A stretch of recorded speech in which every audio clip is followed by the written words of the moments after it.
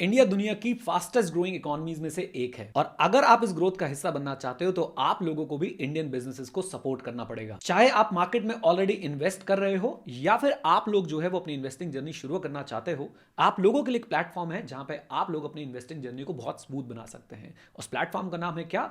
Grow आपको एक simple, clean और इंट्यूटिव इंटरफेस देता है जो शायद आपने अभी तक कहीं भी एक्सपीरियंस ना किया हो। आप अपने पोर्टफोलियो की परफॉर्मेंस को वहां पे आसानी से ट्रैक कर सकते हैं और आपको अपने पोर्टफोलियो को एक कॉम्प्रिहेंसिव व्यू भी दिख जाएगा। और मुझे सबसे अच्छा फीचर कौन सा लगता है? म्यूचुअल फंड सेल करते समय आपको क्लियरली एग्जिट लोड बताया जाता है, टैक्स इंप्लीकेशन बताया जाता है, जिससे आपको डिसीजन मेकिंग में बहुत हेल्प मिल जाती है। और आपको पता है, चाहे आईपी हो, चाहे स्टॉक्स हो, चाहे ईटीएफ्स हो, चाहे म्यूचुअल फंड हो, आप सभी जगह पे इन्वेस्टमेंट सिर्फ इस एक ऐप के थ्रू कर सकते हैं। और यही कारण है जिसकी वजह से ग्रो इंडिया का सबसे बड़ा स्टॉक ब्रोकर बन गया है with more than 1 crore active users. अगर आप लोग भी अपनी इन्वेस्टमेंट जर्नी ग्रो के साथ करना चाहते हैं तो आप लोगों को डिस्क्रिप्शन में लिंक जरूर चेक करना चाहिए। जय हिंद दोस्तों, मेरा नाम है नीरज और आप देख रहे हैं द मनी पॉडकास्ट। आज हम लोग बात करने वाले हैं पराग पारेख लार्ज कैप फंड के ऊपर। आज हमारे पास कंप्लीट डिटेल्स हैं इस फंड में, क्या होने वाला है, कैसे होने वाला है, एनएफओ की डेट है, साथ साथ में कंप्लीट स्ट्रैटेजी है कि कंपनी क्या क्लेम कर रही है, वो इस फंड में क्या अलग करने वाली है। तो अगर आप लोग लार्ज कैप फंड्स में इंटरेस्टेड हैं या फिर आप लोग, एक अजीब सी बात बोल रहा हूँ, निफ्टी 100 इंडेक्स फंड में इंटरेस्टेड हैं, तो आप इस वीडियो को पूरा देखिएगा, सुनिएगा, अपने विचार एज यूजुअल कमेंट बॉक्स में प्रकट कीजिएगा, वीडियो को लाइक कर दीजिएगा। लाइक टारगेट रखते हैं 555 लाइक्स का। मुझे पूरा विश्वास है आप लोग जो है लाइक टारगेट अचीव करा देंगे। क्या खास है इस फंड के अंदर, मैं इन्वेस्ट करने वाला हूँ या नहीं, मैं ये बताऊंगा। आपने करना है नहीं, आपने डिसाइड करना है। मैं आपको सारी डिटेल्स देने की कोशिश करूंगा। और क्यों इस फंड को लेके इतनी ज़्यादा हाइप क्रिएट हो रही है मार्केट में एज ऑफ नाउ, इस पे भी हम लोग जो है वो चर्चा करने वाले हैं। तो बस बैठिए, सुनिए, और अगर नोट्स बनाने हैं नोट्स बनाइए और उसके बाद हमारे साथ जुड़िए और अपने कमेंट बॉक्स में विचार भी प्रकट कीजिए। जब एनुअल जो हमारे यूनिट होल्डर्स मीट होती है पराग पारेख फाइनेंशियल एडवाइस सर्विसेज की, उस मीट के आसपास जो है इस फंड की एक सॉफ्ट अनाउंसमेंट की गई थी। तब भी हमने एक वीडियो जो है इस पर किया था, लेकिन तब हमारे पास एक कंप्लीट पिक्चर, एक कंप्लीट डेटा नहीं था। आज हमारे पास काफ़ी सारी डिटेल्स हैं। तो अगर आपने वो वीडियो देखी है तब भी मैं चाहूँगा कि आप इस वीडियो को देखें और साथ में जुड़ें और अपने विचार में बार बार आपको मोटिवेट कर रहा हूँ कि ज़रूर हमें बताएं कि आप क्या सोचते हैं इस तरह के फंड्स के बारे में। एंड एज यूजुअल कौन होगा हमारे साथ डिस्कशन में? हमारे साथ डिस्कशन में है वृंदा जी। वृंदा जी नमस्ते, कैसे हैं आप? नमस्ते, मैं ठीक हूँ। आप कैसे हो? मैं भी बिल्कुल ठीक हूँ। तो पराग पारिक लार्ज कैप फंड पे डिस्कशन करना है। एक बार मैं साउंड यस। चेक करना चाह रहा था, एक बार हेलो हेलो बोल दीजिए आप। Hello hello hello. बढ़िया, ठीक है, बहुत बढ़िया साउंड आ रही है। हाँ ओके। जी। तो काफ़ी एक्साइटमेंट है फंड को लेके। क्वेश्चंस के यस। साथ शुरुआत करते हैं, बताइए जी।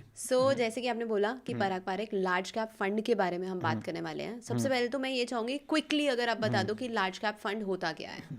Okay, so large cap fund की जो डेफिनेशन है वो ये है कि जब भी कोई company large cap fund launch करेगी उसके लिए मैंडेटरी है कि 80%, 80% पैसा जो उनके पास आएगा वो उन्होंने लार्ज कैप स्टॉक्स में डालना है। और लार्ज कैप स्टॉक्स की डेफिनेशन क्या है? जो भी इंडिया की टॉप 100 कंपनीज हैं as per market capitalization, free float market capitalization. अगर मैं सिर्फ मार्केट कैप बोलता हूँ लोग करेक्ट करने बैठ जाते हैं, मैं मार्केट कैप इसलिए बोलता हूँ कि आसान रहे, but free float market capitalization यानी कि वो पार्ट छोड़ दीजिए उन कंपनीज का जो प्रमोटर्स के पास है, वो पार्ट सिर्फ हमने देखना है जो मार्केट में अवेलेबल है। फ्री फ्लोट मार्केट कैपिटलाइजेशन जिनकी जो है वो जो फ्री फ्लोट मार्केट कैपिटलाइजेशन के हिसाब से टॉप 100 कंपनीज हैं, उसके अंदर 80% पैसा इन फंड्स का डालना जो है वो मैंडेटरी होता है। इसे हम बोलते हैं लार्ज कैप फंड्स। यहाँ पे मैं एक क्लैरिटी और दे दूं कि लोग सोचते हैं अच्छा मिड कैप में फिर 80% मिड कैप में जाएगा, स्मॉल कैप में फिर 80% स्मॉल कैप में जाएगा। नहीं, मिड कैप फंड्स में 65% पैसा जो है वो मिड कैप स्टॉक्स के अंदर जाना चाहिए और स्मॉल कैप फंड्स में जो है 65% पैसा स्मॉल कैप्स के अंदर जाना चाहिए। लार्ज कैप एक ऐसी कैटेगरी है जहाँ पे 80% पैसा हमारा लार्ज कैप के अंदर जाना चाहिए। ओके। इससे पहले हम लोग आगे बढ़ें, आप लोगों के लिए खास बात बोलना चाहता हूं। मैं म्यूचुअल फंड में इन्वेस्ट करता हूं, आपने मेरा पोर्टफोलियो देखा हुआ है और मैं फर्म बिलीवर हूं कि म्यूचुअल फंड बेस्ट टूल है एक रिटेल इन्वेस्टर के लिए वेल्थ क्रिएट करने के लिए। आप लोगों को भी मैं यही रिक्वेस्ट करता हूं, अगर आप एक रिटेल इन्वेस्टर हैं तो आप लोग डायरेक्ट स्टॉक्स में ना जाके, क्रिप्टोज में ना जाके, शांति से जो है म्यूचुअल फंड को अपनाएं, लंबे समय के लिए इन्वेस्ट करें और वेल्थ क्रिएट करें। आप में से कई लोग बोलते हैं कि हमें म्यूचुअल फंड के बारे में सीखना है, तो आपके लिए गोल्डन अपॉर्चुनिटी है। 26% ऑफ दे रहा हूं मैं आप लोगों को, पहले से बहुत रिड्यूस प्राइस है। कोड यूज कीजिएगा HNY26, आपको सामने स्क्रीन पे लिखा हुआ दिख जाएगा। ये कोड यूज कीजिए और हमारे जितने भी कोर्सेज हैं सब पे आपको 26% ऑफ मिल रहा है। म्यूचुअल फंड के कोर्स का प्राइस सिर्फ 2000 है, उसमें अगर आप ये कोड लगाएंगे तो 26% और प्राइस डाउन हो जाएगा और आप लोग लाइफ टाइम के लिए हमारी कम्युनिटी के, हमारे कोर्सेज का पार्ट जो है वो बन जाएंगे। तो प्लीज़ जाके ज़रूर चेकआउट कीजिए हमारी वेबसाइट, उसका लिंक मैं आप लोगों को नीचे कॉमेंट्स में, डिस्क्रिप्शन में दे दूंगा। अगर फिर भी आपको ना मिले तो आप लोग हमसे कॉमेंट्स में उसके बारे में भी पूछ सकते हैं। सो ये जो लार्ज कैप फंड्स होते हैं, इनका बेंचमार्क क्या होता है? तो सबसे पहले बेंचमार्क क्या होता है यही देख लेते हैं, फिर इनका बेंचमार्क क्या होता है ये देखेंगे। सो बेंचमार्क बेसिकली हर कैटेगरी ऑफ म्यूचुअल फंड के लिए एक इंडेक्स डिफाइंड है कि भाई आपने इस इंडेक्स, बेसिकली उनके रिटर्न्स के कंपैरिजन के पर्पसेस के लिए आप समझ लीजिए, एक इंडेक्स डिफाइंड है कि भैया इस फंड के रिटर्न कम से कम इस इंडेक्स से तो ज़्यादा निकलने चाहिए, राइट।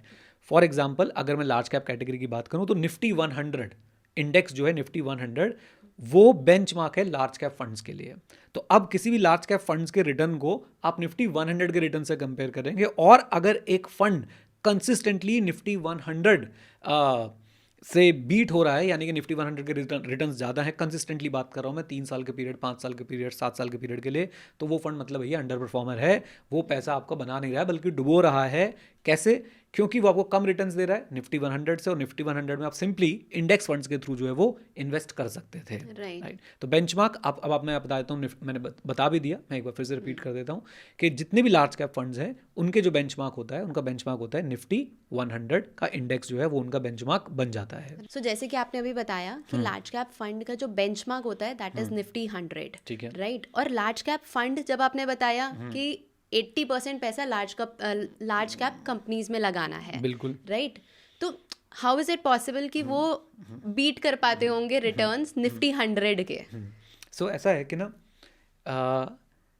80% पैसा लार्ज कैप स्टॉक्स में लगाना होता है लार्ज कैप फंड्स ने, बट उनके पास चॉइस होती है, वो चाहे तो वो 20 स्टॉक में लगा दें, वो चाहे तो वो 50 स्टॉक में लगा दें, क्योंकि उनके पास 100 स्टॉक से चॉइस है। बट आपने बिल्कुल ठीक बात पकड़ी, बहुत सारे लार्ज कैप फंड्स जो हैं they fail to beat their benchmark. बहुत सारे लार्ज कैप फंड्स, मैं आपको कुछ स्क्रीन पे बल्कि दिखाने की कोशिश करता हूँ। सो मैंने एक वेबसाइट खोल रखी है advisorcoach.com, और यहाँ पे मैंने लार्ज कैप कैटेगरी के जो है वो फंड्स यहाँ पे लगा रखे हैं। आप देखें, इक्विटी लार्ज कैप कैटेगरी है, डायरेक्ट है, 5 ईयर्स के मैं यहाँ पे रिटर्न देख रहा हूँ, राइट। तो अगर आप देखें तो 5 साल का अगर आप कैटेगरी एवरेज देखेंगे, मतलब आप निफ्टी 100 के रिटर्न्स देखेंगे तो 13.51 के आसपास है, बट अगर आप कैटेगरी एवरेज देखेंगे तो 14.42 है, यानी कि भाई आपका बेंचमार्क आपके कैटेगरी एवरेज के बहुत पास जो है वो घूम रहा है, और कभी कभी ऊपर भी जा सकता है किसी किसी के केस में। अब आप देखें निपॉन इंडिया लार्ज कैप, इन्होंने 19.29% का जो है ट्रेलिंग रिटर्न है इनका 5 ईयर का। लेकिन ऐसा नहीं है कि सबका इतना ही है। अगर मैं पेज नंबर 2 पे चला जाता हूं और पेज नंबर 2 पे मैं नीचे वाले इनको देखता हूं, तो आप यहां से देखिए कि HSBC लार्ज कैप ने सिर्फ 13.52% का रिटर्न दिया है, राइट। उसके बाद तो ITI कोई लार्ज कैप है, उसने 13.46, यानी कि बेंचमार्क से भी कम। और उसके बाद आप देखेंगे तो मिराई एसेट लार्ज कैप है 13.39 पे, राइट। और अगर मैं पेज नंबर 3 पे चला जाऊं तो आपको सारे ही फंड्स ऐसे दिख रहे हैं, सारे लार्ज कैप फंड्स ऐसे दिख रहे हैं जिन्होंने रिटर्न अपने बेंचमार्क से कम दिया है। और यही नहीं, मैं आपको ना एक रिपोर्ट भी दिखाना चाहता हूँ छोटी सी, और रिपोर्ट क्या कहती है मैं आपके साथ एक बार शेयर करता हूँ। ये देखिए, ये सामने आपको जो रिपोर्ट दिख रही है इसको आप देख सकते हैं, उसमें क्या लिखा है, percentage of large cap funds that fail to beat the benchmark, right. बहुत ध्यान से इसको देखिएगा। एक साल का अगर मैं टाइम होराइजन लेता हूँ, 41.9% large cap funds failed, they underperformed. 3 साल का अगर मैं बेंचमार्क लेता हूँ, 66.7% large cap failed, they fail to outperform और simply they underperform. 5 years में 89.7% और 10 ईयर में 73.3% जो है आपके लार्ज कैप फंड्स फेल होते हुए दिखे हैं, जो अपने बेंचमार्क को बीट नहीं कर पाए, अपने बेंचमार्क पे जो है वो परफॉर्मेंस नहीं दे पाए। So Parag Parekh is always famous for कि एक्स्ट्रा फंड्स नहीं लाते, वो जबरदस्ती के फंड्स नहीं होते, वो सिर्फ हमेशा यही बोलते रहे कि कुछ हम डिफरेंशिएशन क्रिएट कर पाएंगे तो कोई फंड आएगा, नहीं तो हम फंड नहीं लाएंगे, right. तो यहाँ पे वो क्या करने वाले हैं? एग्जैक्टली, क्योंकि सबके माइंड में यही क्वेश्चन है और सब यही सोच रहे हैं कि यार एक्चुअली में जेन्युइनली अगर मैं भी देखूं, इवन हम जब अपनी क्लासेस भी करते हैं तो वी ऑलवेज टीच कि आपको अगर लार्ज कैप फंड में इन्वेस्ट करना है तो आप बेटर ऑल्टरनेटिव वुड बी कि आप निफ्टी 100 इंडेक्स फंड ले लो। It will be a low cost alternative to a large cap fund, right. And you know sometimes people argue के, अब जैसे निपॉन के केस है, हम अगर यहाँ पर देखें, राइट, हम अपना जो डेटा देख रहे थे वृंदा, मान लीजिए हम उस डेटा पे वापस जाते हैं और यहाँ पे हम फर्स्ट पेज पे अगर जाते हैं तो लोग बोलते हैं कि देखो निपॉन लार्ज कैप ने जो है वो रिटर्न दिया है। तो फॉर एवरी अगर मैं रिपोर्ट की मानूँ तो 73% large cap funds fail to outperform their benchmark. So कुछ हमारे पास आउटलायर्स हैं, फॉर श्योर हमारे पास आउटलायर्स हैं, बट बहुत सारे हमारे पास ऐसे भी है जो अंडर परफॉर्मर्स हैं। तो ये आर्ग्यूमेंट हमेशा क्लास में हमारी चलता रहता है. आई ऑलवेज टीच कि भाई teach and I always follow it कि भाई अगर मुझे लार्ज कैप फंड का अगर मुझे लार्ज कैप में इन्वेस्ट करना तो I will definitely invest in Nifty 100. एक बात. अब डिफ्रेंसिएशन, तो ये सबसे बड़ा क्वेश्चन है कि भैया ये डिफ्रेंसिएशन जो है वो क्या कर रहे हैं, और वही सारा का सारा डिस्कशन जो है हम लोग आज यहाँ करने बैठे हैं. एंड काफ़ी डिटेल डिस्कशन है, तो मेरी सबसे रिक्वेस्ट है कि पेशेंस ज़रूर दिखाएं. यहाँ पे मैं अपनी स्क्रीन यहाँ पे शेयर कर देता हूँ. और अच्छी बात ये है कि मैं कल से सोच रहा था कि हम ये वीडियो करेंगे, और आज सुबह ही मेल आया है Parag Pareek financial advisory services से. उन्होंने पूरी प्रेजेंटेशन भेजी है, राइट. तो मुझे लगा कि यार ये तो बिल्कुल हम वीडियो में एज इट इज़ दिखा सकते हैं, ऑल्दो हमने उनसे परमिशन नहीं ली है, बट ये पब्लिक डॉक्यूमेंट है तो इसलिए हम आपके साथ जो है वो शेयर कर रहे हैं. चलिए, तो अब ज़रा चलते हैं स्क्रीन पे और देखते हैं कि है क्या, और यहीं से डिफ्रेंसिएशन की सारी कहानी जो है ना वो शुरू होती है. Parag Parikh large cap fund, right, नाम सुन लीजिए, और नीचे देखिए यहाँ से सारी डिफ्रेंसिएशन में यहाँ से शुरू होती है. Low cost efficient access to India top companies, right. अब मैं लो कॉस्ट में आपको क्यों कह रहा हूँ, मैं आपको ये भी समझाने की कोशिश करता हूँ. ये लोग क्यों लिख रहे हैं लो कॉस्ट, मैं क्या कह रहा हूँ, ये लोग क्यों लिख रहे हैं, मैं आपको बताने की कोशिश करता हूँ. एक बार हम वापस अपनी स्क्रीन पे चलते हैं, वहीं पे जहाँ पे हम इन सब फंड्स का एक्सपेंस रेशियो देखते हैं. So you will find for example Nippon का एक्सपेंस रेशियो जो है वो 0.75 है, एंड 0.84 0.95 तक आ रहा है. एचडीएफसी का एक्सपेंस रेशियो, मैं टीईआर का कॉलम देख रहा हूँ इस समय, और ये डायरेक्ट वाले हम एक्सपेंस रेशियो देख रहे हैं. 0.95 0.71 0.97 0.63 इस तरह के एक्सपेंस रेशियो आ रहे हैं. इवन उन फंड्स की भी अगर मैं बात करूँ जो फंड्स अच्छा परफॉर्म नहीं कर रहे हैं, जो अपने बेंचमार्क को बीट नहीं कर रहे आ रहे हैं, उसमें भी आप ये देखें 0.64 1.26 0.93 2.41 1.71 एटसेट्रा एटसेट्रा इस तरह के जो है वो एक्सपेंस रेशियो में देखने को मिल रहे हैं. मैं फिर बता दूं, ये मैं डायरेक्ट की बात कर रहा हूं. सो पराग पारिक वाले क्या प्रपोज कर रहे हैं कि भाई हम जो है ना वो क्या करेंगे, हम थोड़ा सा आपको लो कॉस्ट पे काम करके देंगे. अभी कितना लो कॉस्ट मैं आपको भी बताऊंगा. और फिर ये बोल रहे हैं जी efficient access, low cost and efficient access.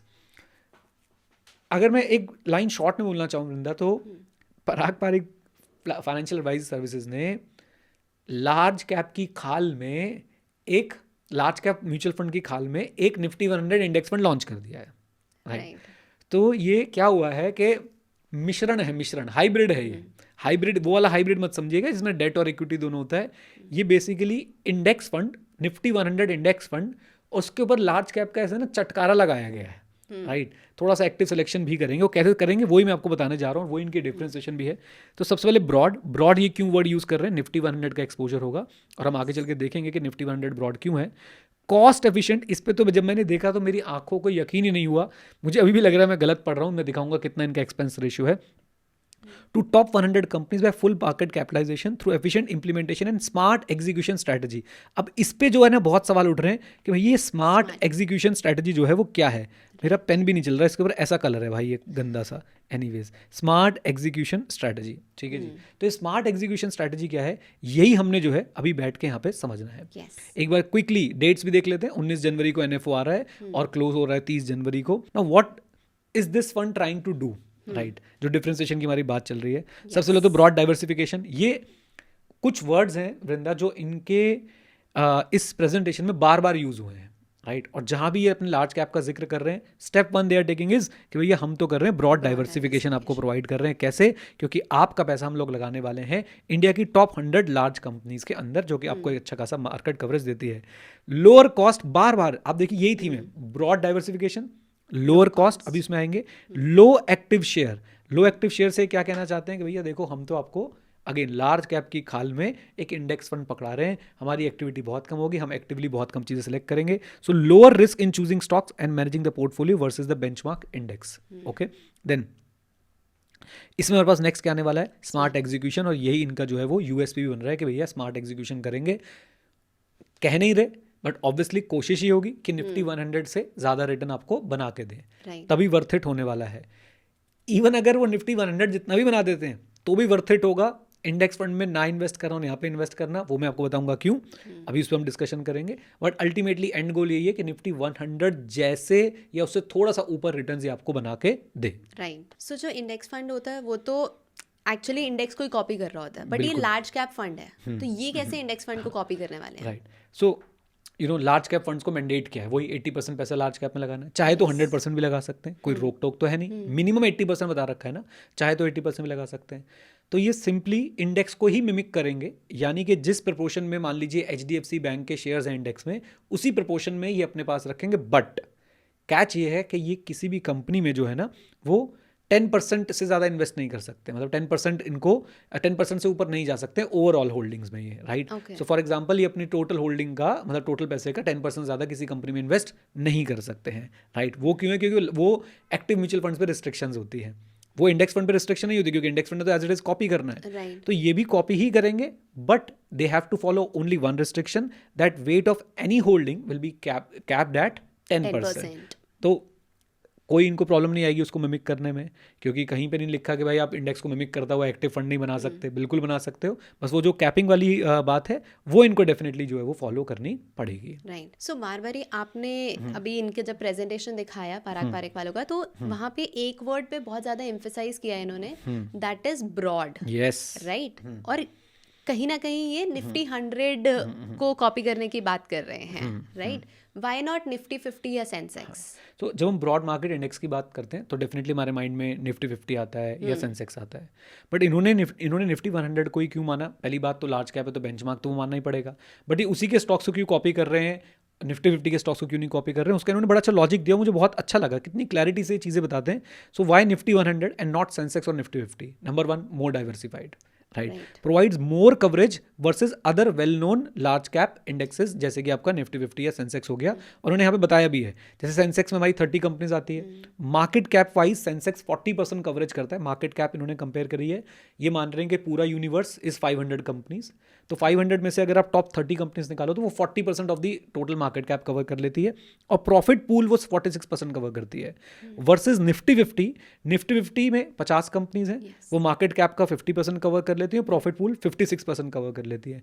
And when we come to Nifty 100, तो वो 100 कंपनीज हैं, 68% मार्केट कैप का कवर करती हैं, 76% जो है प्रॉफिट पूल का कवर कर लेती हैं, which is a very big thing. यानी कि आप हिंदुस्तान की टॉप 500 कंपनीज की 76% प्रॉफिटेबिलिटी में हिस्सेदारी दिख रहे हो अपनी। आप इसको ऐसे देखिए, आप इंडिया की टॉप 500 कंपनीज में जो प्रॉफिट कमाती हैं वो उसका 76% प्रॉफिट सिर्फ 100 कंपनीज कमाती हैं, which is huge। और आप उसमें अपनी हिस्सेदारी रख सकते हो किसी भी निफ्टी 100 इंडेक्स फंड के थ्रू, या फिर आप इनके जो लार्ज कैप फंड है इसके थ्रू अपनी हिस्सेदारी जो है उसमें रख सकते हो, राइट। सो आपने एक चीज और प्रेजेंटेशन में दिखाई थी जिसपे बहुत ज्यादा एम्फेसाइज किया गया था, that was smart execution strategies use करने वाले हैं। तो है क्या एग्जैक्टली वो है क्या, और क्या स्ट्रैटेजी रहने वाली है? राइट। सो एक बात तो मैं ना ये बोलना चाहता हूँ कि यही रीज़न है कि ये सिंपली निफ्टी 100 इंडेक्स भी तो लॉन्च कर सकते थे, है ना। सिर्फ वो इंडेक्स फंड लॉन्च करते, बात खत्म करते। यही इनकी डिफरेंशिएशन है। एंड पता है, मैं ये सोच रहा था कि आज तक किसी और एएमसी के माइंड में बात क्यों नहीं आई कि एक एक्टिव लार्ज कैप लॉन्च करो लेकिन उसमें एक्टिविटी कम करो। मतलब आप सोचो क्या बढ़िया बात है, राइट। और हमें डिफरेंशिएशन के लिए फुल मार्क्स देने चाहिए यार। मतलब मैं तो अब ये देखो, मैं एज अ प्रिंसिपल मैं एनएफओ में इन्वेस्ट नहीं करता हूँ। ऑनेस्टली लालच आ रहा है देख के कि भाई अपने जो इंडेक्स फंड वाला, जो मेरा इंडेक्स फंड का इन्वेस्टमेंट पूल है, मैं उसमें से कुछ पैसा अगर इसमें डालूँ तो मैं डाल सकता हूँ, बट अभी भी मैं अपने प्रिंसिपल पे स्टिक कर रहा हूँ। आई am not investing in the NFO, right. But ये डिफरेंशिएशन के लिए तो भाई मार्क्स देने पड़ेंगे इनको, पक्की बात है। सोचो कभी किसी ने ऐसा नहीं सोचा कि भाई हम ना एक फंड लॉन्च करते हैं जो होगा तो एक्टिव लेकिन फॉलो करेगा निफ्टी 100 को, और एक्टिव करके इन्होंने अपने पास पता क्या रखी है? फ्लेक्सिबिलिटी। एग्जैक्टली। ये अगर इंडेक्स करते तो इनके पास फ्लेक्सिबिलिटी ना रहती, इन्हें बिल्कुल फिर इंडेक्स के हिसाब से ही चलना पड़ता, और बहुत सारी रिस्ट्रिक्शन होती है वो फॉलो करनी पड़ती। क्योंकि अभी एक एक्टिव फंड है तो ये इंडेक्स के हिसाब से नहीं चलेंगे भाई, ये अपनी मर्जी से चल सकते हैं। अभी अपनी मर्जी से चल रहे हैं, उसको ये स्मार्ट एग्जीक्यूशन कैसे बोल रहे हैं, और यही पूरा का पूरा गेम चेंजर हो सकता है या गेम डिस्ट्रॉयर भी हो सकता है, राइट। अब इनकी ये स्ट्रैटेजीज क्या रंग लाती हैं? अगर ये स्ट्रैटेजीज की वजह से ये 2-3-4% ऊपर चले गए निफ्टी 100 से, बाढ़ लग जाएगी ऐसे फंड्स की। और अगर ये नहीं चल पाए तो भाई सुनेंगे बस, और क्या है जीवन में, वही यही रूल है कि भाई चल गए तो हीरो, नहीं चले तो जीरो।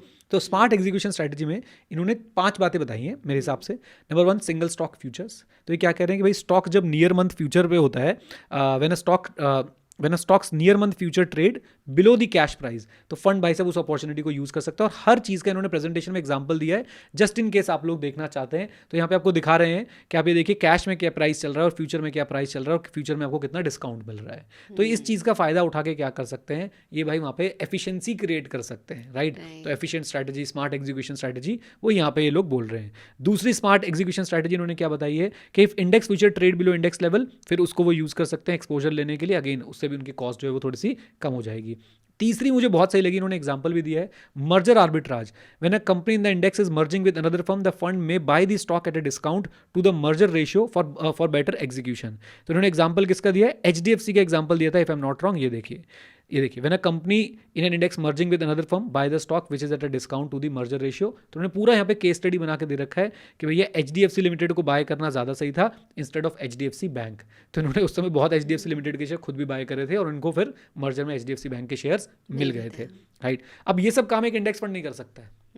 इंडेक्स फंड चुपचाप ऐसे वो ऐसे चल रहा होता है, जैसे घोड़े के आगे दो लगे होते हैं ना, तो बस वो ऐसे चलता जाता है घोड़ा, वैसे इंडेक्स फंड चलता है। लेकिन ये भी घोड़े ही हैं, बस इनकी आंखों पे पट्टी नहीं बंधी हुई है ऐसे करके, ये इधर भी देख सकते हैं, उधर भी देख सकते हैं, थोड़ा सा इधर भी निकल सकते हैं, थोड़ा सा उधर भी निकल सकते हैं, रास्ते में गड्ढे आए तो उछल भी सकते हैं। ये आप समझ लीजिए कि ये इनके पास एक खास जो है वो स्मार्ट एग्जीक्यूशन स्ट्रैटेजी। ऐसी स्मार्ट रीबैलेंसिंग। अब इंडेक्स में क्या होता है, देखिए इन्होंने इसको यहाँ पे समझा रखा है बहुत अच्छे तरीके से, मैं आपको दिखाता हूँ। Index rebalances are announced in advance but index fund transact only on the rebalancing date. Index fund उसी दिन ट्रांजैक्ट करेगा जिस दिन रीबैलेंसिंग डेट आएगी। फॉर एग्जांपल इन्होंने बताया, देखो जी 30 सितंबर को रीबैलेंसिंग होने वाली है, इंडेक्स फंड बेचारे 30 सितंबर तक का वेट करेंगे। लेकिन क्योंकि ये एक एक्टिव लार्ज कैप फंड है तो ये पहले कर लेंगे। यस, ये वही घोड़ा है जो गड्ढा देख के उछल भी सकता है, राइट। आइए जी, सो ये रीबैलेंसिंग कर लेंगे। और रीबैलेंसिंग करने के साथ साथ इन्होंने एक चीज और बताई, वो भी मुझे अच्छी लगी, अपॉर्चुनिस्टिक एक्टिव शेयर। मतलब जब कॉर्पोरेट एक्शन होते हैं जैसे कि डीमर्जर, तो क्या होता है, भी इन्होंने आईटीसी का एग्जांपल दिया। तो जो डिमर्ज्ड कंपनी होती है, जनरली जो छोटी एंटिटी होती है, वो इंडेक्स से बाहर निकल जाती है और उसको फिर वो प्रेशर आता है, मतलब इंडेक्स फंड्स उसको सेल करते हैं, एटसेट्रा एटसेट्रा, राइट। तो वो भी ये पहले से एक्शन ले पाएंगे। इन्होंने आईटीसी के एग्जांपल देके यहाँ पे समझाया। मैंने सारी चीज़ें इसलिए क्विकली रन थ्रू कर दी, नहीं तो फिर लोग बोलते बहुत बड़ी वीडियो हो गई, बहुत बड़ी वीडियो हो गई। ये लीजिए, देखिए ये रहा। When a company undergoes a demerger, quite often one of the two resulting firms get removed from the index. Removal from the index can create a selling pressure on the firm. Index fund are forced to exactly replicate the index, but they are not forced. ये भैया अपना पहले से उसको बेच सकते हैं, जो भी एक्शन लेना चाहे बेच सकते हैं। इन्होंने यहाँ पे केस स्टडी भी इन्होंने ITC and ITC hotel demerger की दिखा रखी है। तो ये इनकी वो स्मार्ट एग्जीक्यूशन स्ट्रैटेजी है जो एक तरीके से किसी भी इंडेक्स फंड के पास अवेलेबल नहीं है। एग्जैक्टली।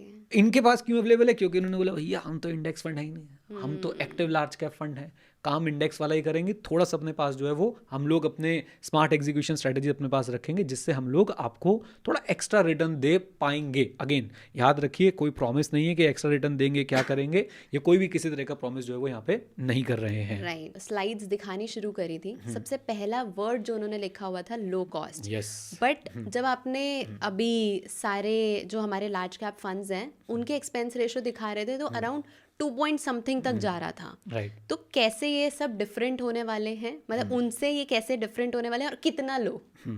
Okay great. तो मैं आपको इसके पीछे भी एक स्लाइड है, इन्होंने एक प्यारी सी स्लाइड डाली है और वो बस ऐसी सी डाल दी इन्होंने, direct plan 0.15%।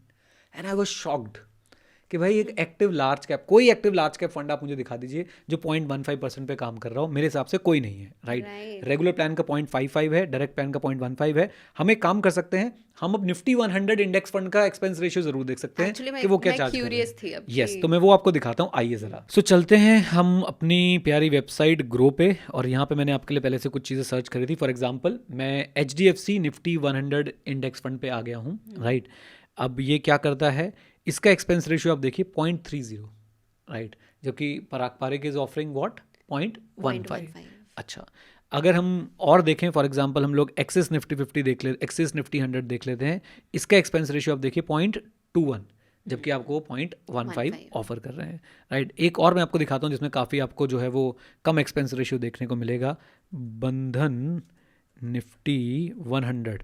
Let me just search it, index fund, right. तो बंधन Nifty 100 index fund direct growth, इसमें आपको एक्सपेंस रेशियो कितना देखने को मिल रहा है 0.10। यानी इनका ये active large cap fund expense ratio में भी directly compete Nifty 100 index fund से ही कर रहा है, जो मुझे लग रहा है, ये मेरा ओपिनियन है। ये इन्वेस्टमेंट में भी उनसे कॉम्पीट कर रहा है, ये एक्सपेंस रेशियो में उनसे कॉम्पीट कर रहा है with smart execution strategies. So आप बोल सकते हो कि yes it is a kind of index fund only with smart execution strategy with the flexibility, right. So अब देखना ये है कि वो फ्लेक्सिबिलिटी इनके फेवर में काम करती है या इनके अगेंस्ट काम करती है, और वो किसी को नहीं पता। वो सिर्फ और सिर्फ समय जो है वो बता सकता है, समय रहना नहीं, टाइम वाले समय की बात कर रहा हूँ। राइट। सो अब आपको क्या लगता है इस फंड में किसको इन्वेस्ट करना चाहिए?